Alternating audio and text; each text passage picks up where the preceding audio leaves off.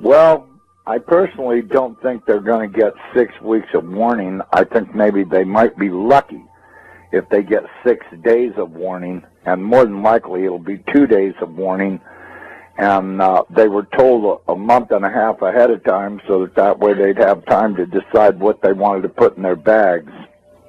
Mm-hmm. And that 6 weeks of warning is nonsense.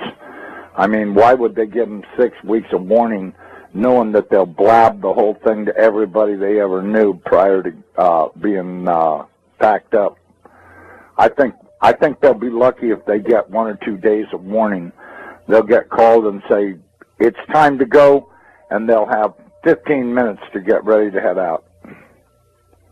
Yeah, well, that's what I'm saying. I mean, knowing how these guys operate, I don't believe that they'll get 2 days of warning. I mean, they might get 1 day or 6 hours or, a half day or 1 day or 2 days. I don't think they'll get more than 2 days. I mean, really, do you? I think they have a good idea what the trajectory of this thing is, but I think we're not really going to see it until it's right up on our ass. Well, I'll tell you what. That would be my guess, that we won't see it until it's on us. But I will tell you one thing. We'll have some really good warnings if everybody's looking up and paying attention. First off, they'll notice red dust on the windshield of their vehicles. And at first, it'll be light dust, indicating that it's 10, 15 hours away. If they notice that the dust is real noticeable on their windshield, they can bet that it's in less than 10 hours away. If they have heavy red dust on their windshields, it's only a matter of hours away, and they'd better immediately take cover because they're out of time. It's too late to decide to load this or that up. I don't think there'll be a lot of warning, but when we were looking at it on the Hubble, this red dust field appeared to be going out at least as far as maybe 2 times the size of the planet. So, that means that it's probably a few 100,000 miles going out into space around it, all the way around it, which means that just before it arrives, which will be a matter of hours, we'll start seeing red dust coming out of the atmosphere onto everything and of course a vehicle windshield would be the best thing to spot it on, because then you'll be able to see its true color and realize that you're seeing the red iron oxide dust from it. And that'll be probably between that and the earthquakes, and I think probably as it approaches, we'll start to hear the electromagnetic interference between it and us, maybe see bizarre events in the sky with the clouds, and, maybe colors flashing around in the atmosphere.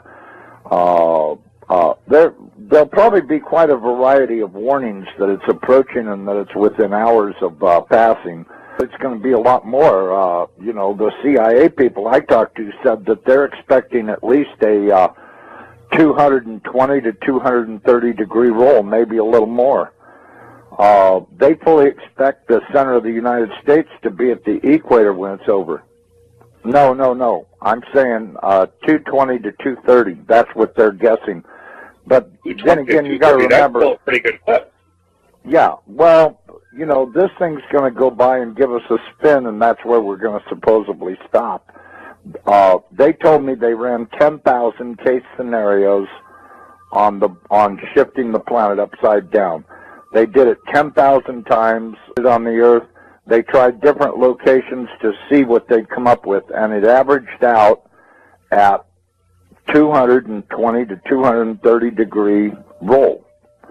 So, I think probably them knowing the trajectory isn't, I don't think that's a matter of question. I'm sure they know the trajectory. I'm sure they know the exact minute it's going to show up. I've heard a lot of stories that I would only tell you in private about this because it's so far over the top, most people would go into immediate denial if they heard it. So, the most I can say is that they better be expecting at least a 180 to a 220 degree pole roll when this happens. And as far as that bulge around the center of the planet, I got news for everybody. This thing is going to do a very fast roll, and that water is going to go everywhere. The Lord warned you. The oceans will roar from pole to pole. Is there some part of that nobody understands? The average depth? Yeah, what's the average depth of the ocean around the world? 10,000 feet. 10,000 feet. It's about 2.5 miles. That's the average depth of the ocean. Although the depth does increase at the equator because there's spots where it's averaging 7 miles deep. Pole rolling into the position of the South Pole. That means that the North Pole has got to go through that bulge before it can reach its final resting place. So we're going to have 7 miles of water doing some serious washing around on the land.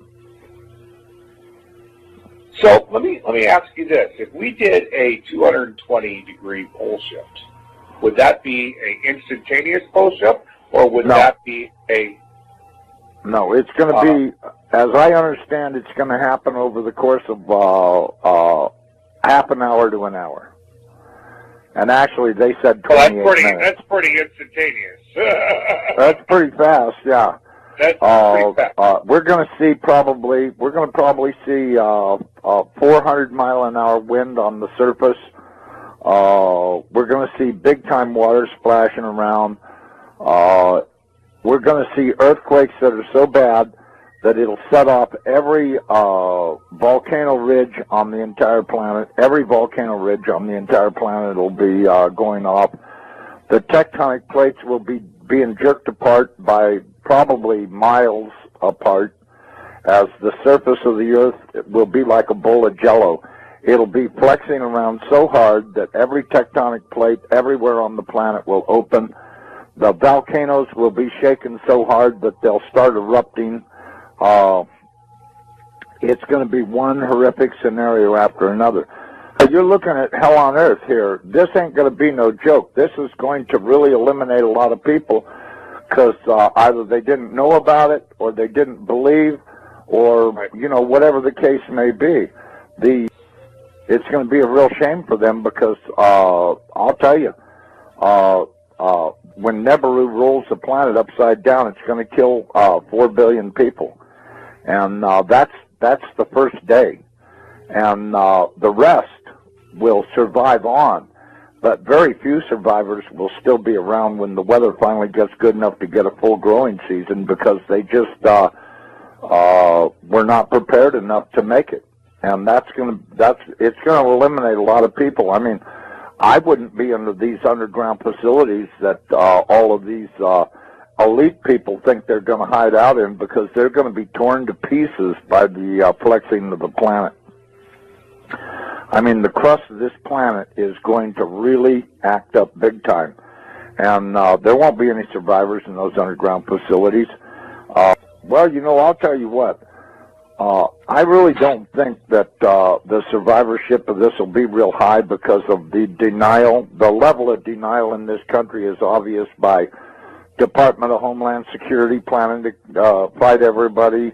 The United States government has been terrorizing everybody around the world forever and ever. The churches are all in denial. I mean, the Chinese, they take babies and cook them up into stew and stuff. It's taken over this planet, and that's why I said about the churches being asleep. The churches have not protested this at all, and they're going to pay dear for having kept their mouths shut and been politically correct. This is the one that's going to cost them their ass, and one evil thing stacked on top of another. And all of these people that have been condoning all of this stuff, they don't talk about it. They just, they own stock in the companies, and they think they're getting rich, and what they're actually doing is getting ready to die, and they don't even know it. I tell people all the time, guess what? You're probably not going to be alive this time next year, so don't worry about what you're doing. Well, but, one of his favorite subjects is to talk about giants, because our military has ran into quite a few of them in caves in the Middle East over there. And they've came across several ones that were alive. They've even managed to capture a couple of them. They've had to kill a few of them because these guys aren't little guys. Apparently they caught one recently that was, I don't know, I guess about 14 feet tall, and they had a hell of a time subduing him. They discovered that their small arms fire were not very effective against these guys, but, you know, when I think about the size of that spaceship that I saw last year going across the mountains here in Colorado, I don't know how big these guys are. Steve Quayle says they're real big, that some of them are as tall as 38 feet. This thing was big enough to where it could have had a few thousand of those 38-foot tall guys in it, and it would have been no problem, because I'm telling you, this thing was at least 1,000 feet in diameter, maybe more, and at least a couple of miles long. I mean, it was big. I don't have any trouble understanding that there could be races out there that are real big guys, and there's no way that you're going to be able to fight these guys to kill them or anything. You know, if you think about what happened, when was that, about 10, 15 years ago, that big one landed in Russia right in the town square, and these great big guys got out of it and were working on it while the whole town stood around and watched and went, holy shit, look how big these guys are. And they were great big guys. I guess they were about 12 feet tall or something, and they were working on their spaceship. And when they got it repaired, they flew off in it. But, you know, it landed right in the middle of the town square. Mm-hmm. And everybody in the whole town saw it. And it was a couple of mentions on the news about it, but not really too much. Mainly in the little rag newspapers and stuff were pictures of it. And a lot of people took pictures of it. They took pictures of the guys that were working on it, and they were great big suckers. So, you know, are there big guys out there? Yeah, there are. Well, the Bible says we're going to see all kinds of stuff happening.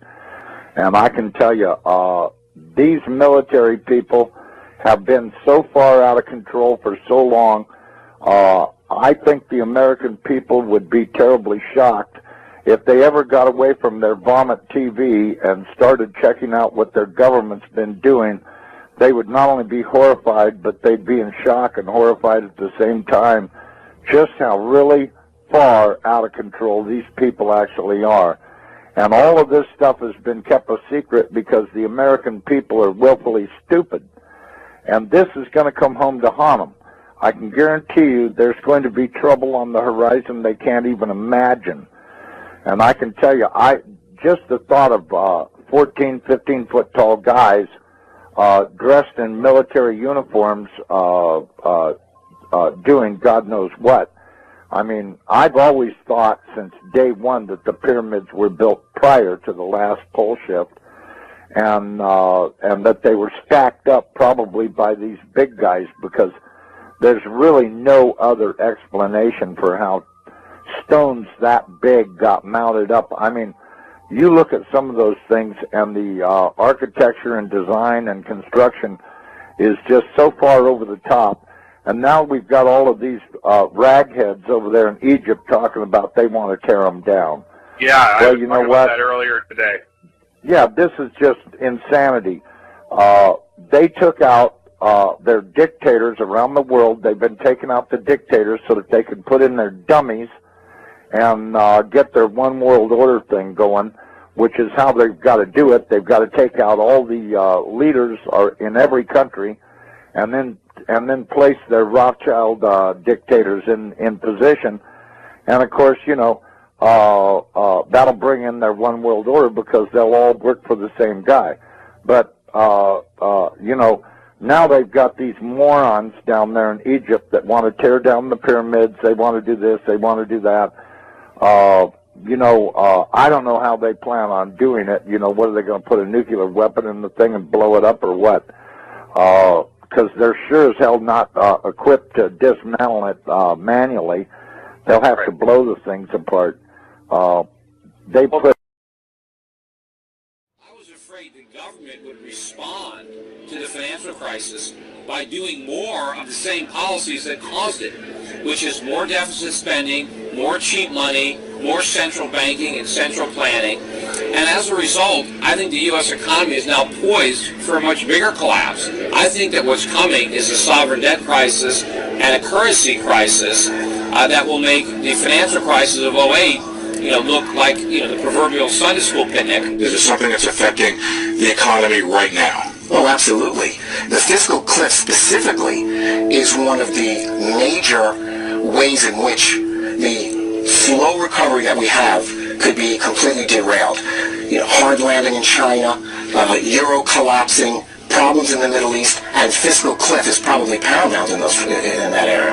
As a matter of policy, as opposed to an apocalyptic. And the most important price is interest rates, which have to go up. That is but no one wants to let them go up because the banks will fail. We currently have no price integrity in any asset in America. And we're on the precipice of collapse. That's right. So this system is in collapse, and it's unbelievable, and most people don't even see what's going on. If you watch CNBC, if you actually pay attention to the U.S. media, they will always tell you there's green shoots or it's going to be a recovery. There's no chance of that. You don't think there are any signs of that? It's not possible. We're in the last days of this financial system in the U.S. This is Zimbabwe.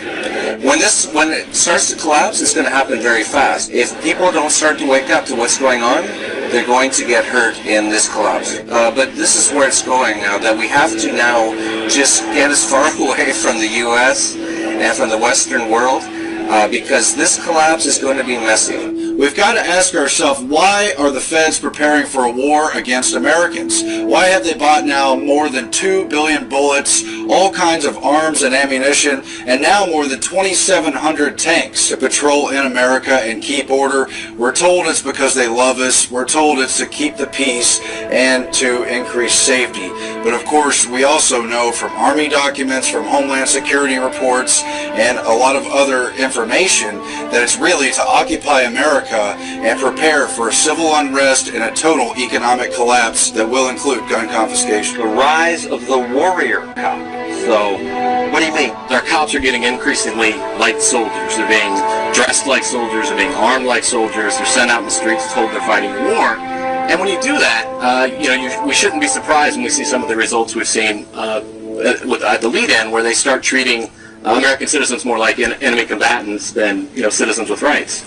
Meaning, mostly you're talking about these SWAT team raids. Over the last probably 20 years, there's been about a 1,500% increase in the number of SWAT raids in the U.S. Often it's 10 or 20 guys dressed in black, heavily armed.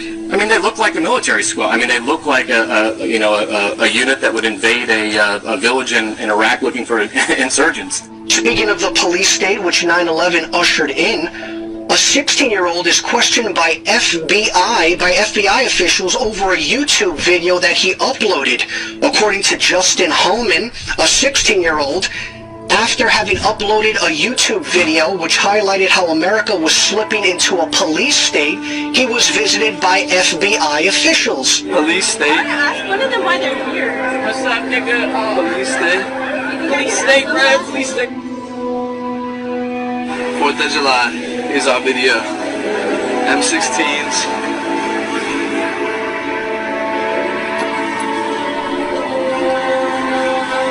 Because we don't live in a police state, sir.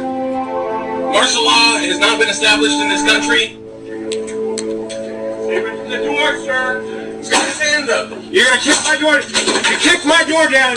You kicked my door down. Get on the ground. You kicked my door down. Yes, we did. Get on the ground. No, you have no right to be in here. You have no right to be in here. You have no right to be in here. You have no right to be in here. Do not touch her. You are assaulting her.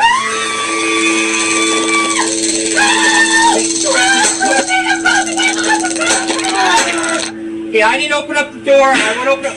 Now they're barging in my door for what reason?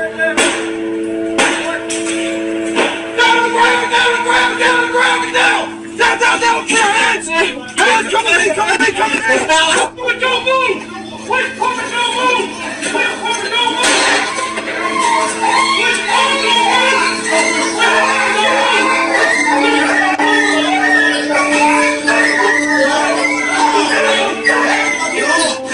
If what we saw in response to bombs was that, what will the response be in the wake of something bigger? Is that when we'll see martial law take effect across the country? And more importantly, will people just accept it entirely out of fear? It was never meant that we would have this gigantic police force from the federal government. I mean, we had martial law up there. FBI and all these agents coming in, closing things down, going to people's houses. The police state is staring us in the eye, and it's getting more and more imposed upon us and more imposed on society every day. More and more people are waking up faster and faster and faster. I think it could very well come to that based on the things that are happening in the news, and we're seeing, the collapse of our economy, so many different things happening. I have spoken with one federal agent, and the information succinctly boiled down is this. There is an event coming, Steve, in the very near-term future that is going to affect the United States of America to its very soul. That what is being planned, as you and I are on the air tonight, and what has been coming together into that old term, the perfect storm, is literally brewing right over our heads. It is and includes military maneuvers in the United States, military actions that are forthcoming, and that will be so deep and so penetrating that the United States will never be the same. We've heard about the NSA spying on us all and think, no big deal. I'm not a terrorist, so I have nothing to worry about. Think again.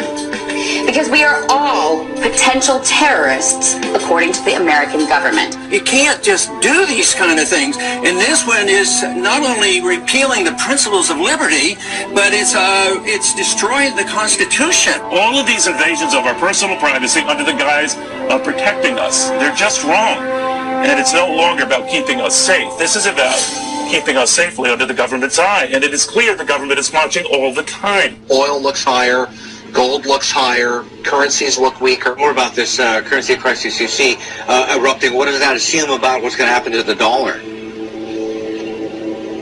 Well, it assumes that the dollar will utterly get destroyed and become virtually worthless. I don't know how that inevitably resolves itself. It may resolve itself in some type of a global currency crisis. And then if the global currency crisis unfolds, then inevitably you get, I guess, an alignment under a global world government, a new global currency, and a new world order.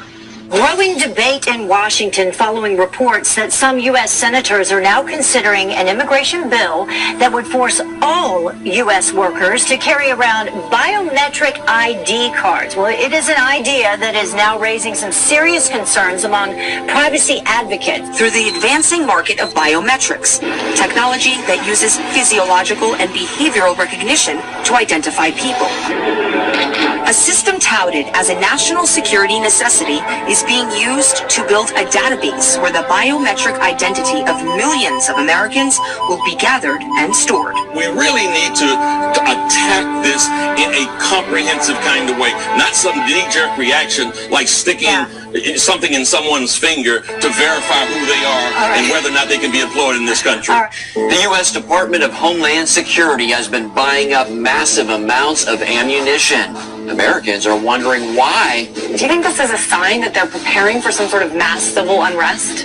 If you look at what the Department of Homeland Security has been purchasing over the last year, it comes out to like 1.6 billion rounds of ammunition, more than 7,000 fully automatic assault weapons, 2,700 MRAP type vehicles, and now drones.